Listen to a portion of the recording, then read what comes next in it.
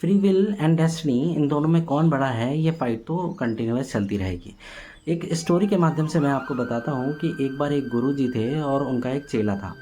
चेले ने अपने गुरुजी से पूछा कि गुरुजी ये बताइए कि फ्री विल एंड डेस्टिनी में कौन बड़ा है।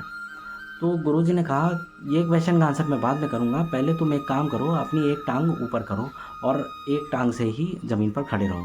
तो उस जो चेला था उसको बुरा लगा, उसको लगा ये कैसी बात कर रहे हैं, मैंने तो क्वेश्चन पूछा था। तो क्योंकि वो गुरुजी ने ऐसा बोला तो उसने रिस्पेक्ट की वजह से ऐसा किया। उसने अपनी लेफ़्ट लेग ऊपर करी और एक टांग पे खड़ा हो गया। तब गुरुजी ने उससे बोला कि एक काम करो, अब अपनी सेकंड लेग, राइट लेग भी ऊपर करो।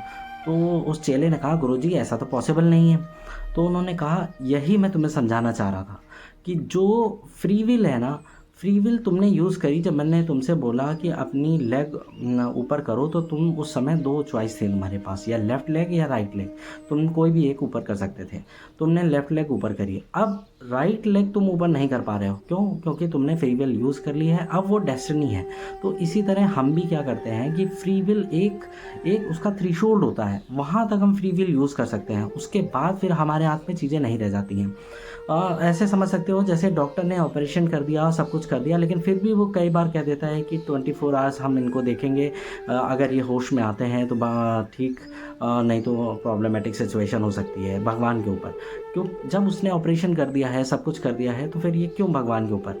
और इसी तरह आपने देखा होगा कि एग्ज़ाम में यूपीएससी एग्ज़ाम हो, उसमें प्रिपरेशन कोई कर रहा है, उसने बहुत अच्छी प्रिपरेशन करी है और वो इंटरव्यू में भी बहुत अच्छा इंटरव्यू दिया, लेकिन फिर भी इस बात की गारंटी नहीं है कि उसका सिलेक्शन हो जाए, क्योंकि हो सकता है जो इंटरव्यू पैनल है उसको उस समय उसका मूड ख़राब था, या जो एग्ज़ामिनर कॉपी चेक कर रहा है उसका मूड ख़राब हो और वो मार्क्स कम दे दे।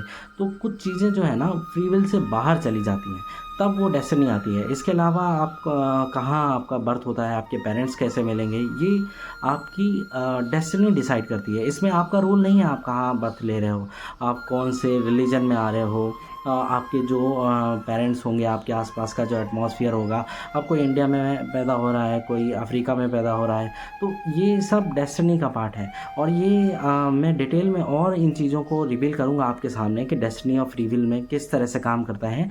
अभी के लिए आप इतना समझिए कि हर चीज़ डेस्टाइन्ड नहीं है और हर चीज़ फ्री विल में नहीं आती है।